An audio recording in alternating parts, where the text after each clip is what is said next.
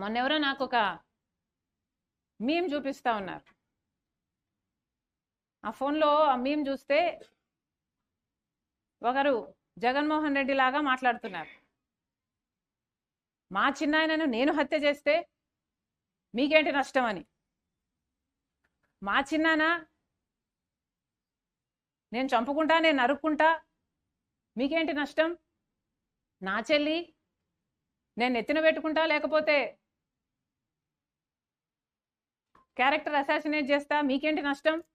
నా తల్లి కోర్టుకి ఈడుస్తా, మీకేంటి నష్టం.